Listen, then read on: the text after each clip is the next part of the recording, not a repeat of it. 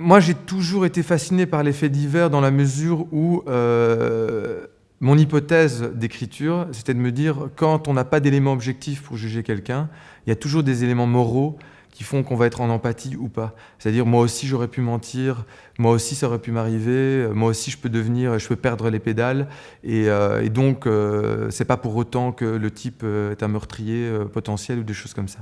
Donc, moi, je pense que, j'ai voulu utiliser ça, c'est-à-dire que dans tout mon film, on pourra voir le personnage principal comme quelqu'un d'innocent ou quelqu'un de coupable.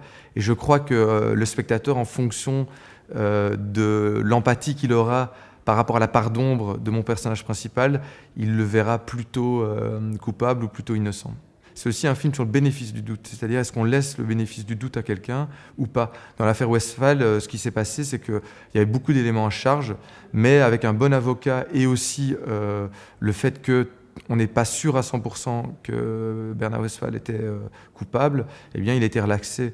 Et c'est aussi une réflexion sur dans quelle mesure les jurys ou les proches se projettent, oui ou non, sur la culpabilité par rapport à des éléments matériels.